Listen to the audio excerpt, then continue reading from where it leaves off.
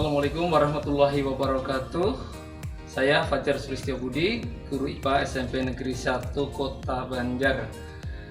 Pada kesempatan ini kami akan menyampaikan pengalaman saya sebagai salah satu peserta BIMTEK peningkatan kompetensi Kepala Laboratorium IPA SMP.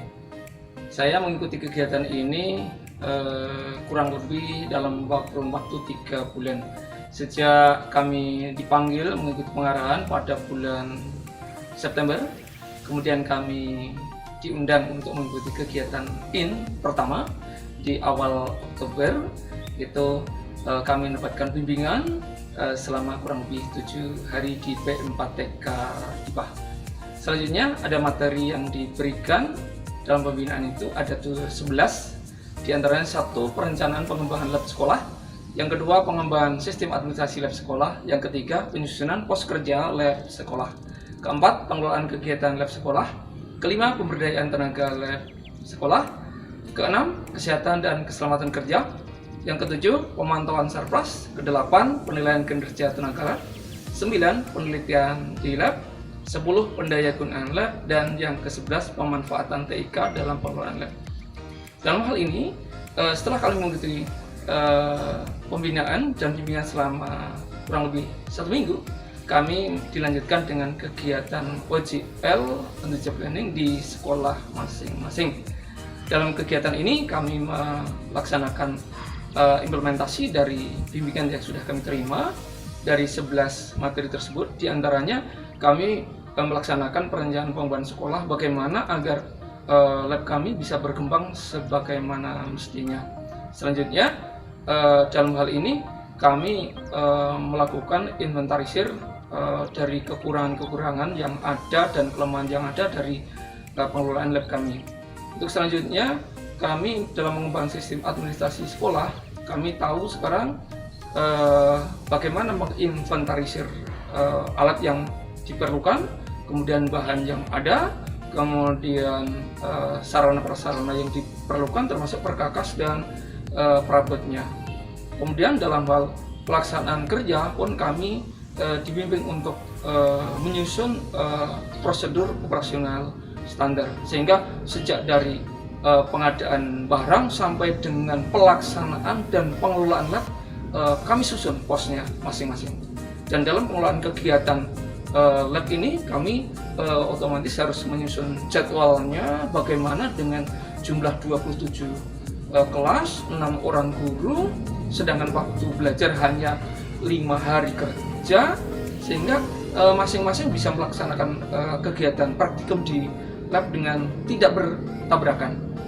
Kemudian yang selanjutnya dalam hal ini kami melakukan koordinasi dengan wakil kepala sekolah bagian kurikulum, sehingga dengan demikian kami menyusun jadwalnya baik dari kami selaku kepala lab dengan rekan-rekan kerja sejawat, guru-guru IPA yang ada di sekolah kami. Kebetulan kami juga ada kegiatan MGMB, sehingga ini bisa mudah kami untuk pengumpul, kemudian musyawarahkan bersama sehingga kita duduk satu meja untuk menyusun kegiatan ini sesuai dengan kesepakatan kita dan jadwal yang diberikan oleh kurikulum.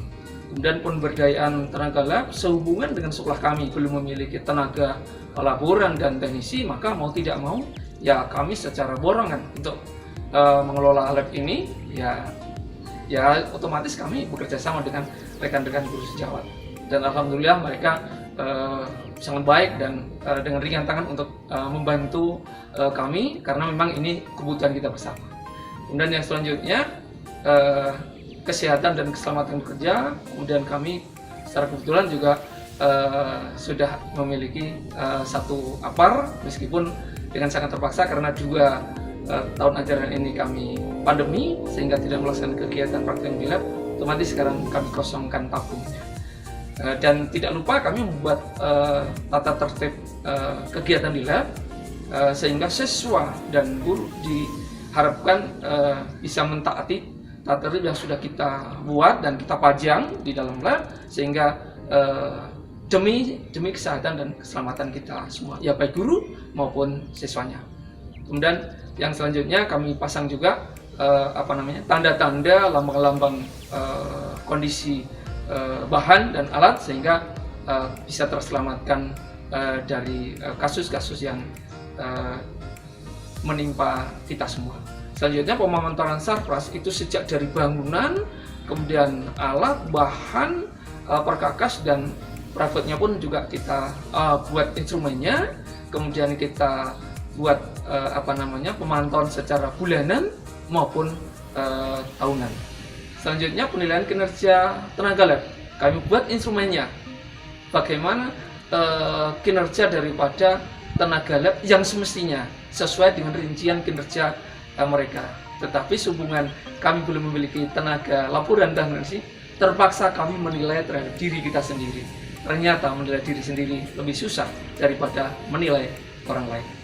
Kemudian penelitian di lab kasusnya banyak, sehingga ini bisa dijadikan bahan untuk melakukan sebuah penelitian. Dengan kita berawal menyusun sebuah proposal, selanjutnya kita bisa membuat sebuah PTK yang sangat bermanfaat bagi kita, bagi Bank PNS untuk kenaikan pangkat karena ada grade point-nya. Sedangkan bagi kita semua, khususnya guru IPA, menjadikan bahan evaluasi diri kita, bagaimana menyelesaikan kasus-kasus yang ada, kemudian bisa melaksanakan kegiatan praktikum sesuai dengan KD yang ada. Kemudian yang berikutnya pendayagunaan lab. Kita menyusun panduan praktikum secara bersama-sama, guru kelas 7, kelas 8, dan kelas 9, yang biasanya kita hanya mengandalkan dengan browsing ataupun misalnya membeli di toko yang ada. Sekarang mau tidak mau kita menyusun, kita sesuaikan dengan KD dan pembelajaran yang kita lakukan. Kemudian juga pengenalan alat serta penggunaannya, sehingga kita yang dari awal basicnya berbeda, ada yang fisika, ada yang biologi, kita sama-sama bisa maju bersama, bisa menggunakan alat bersama-sama. Kemudian yang terakhir pemanfaatan TIK, dan ini bisa kita gunakan sejak dari membuat perencanaan, kemudian pengembangan dan penyusunan, baik dari administrasinya, dari posnya, dari pengelolaannya, dari pemantauannya, kemudian membuat instrumen penilaian, kemudian menyusun panduan praktikum dan inventarisasi barang, sarpras dan sebagainya, ternyata sangat bermanfaat. Sekali lagi terima kasih pada P4TK IPA. Bravo P4TK IPA.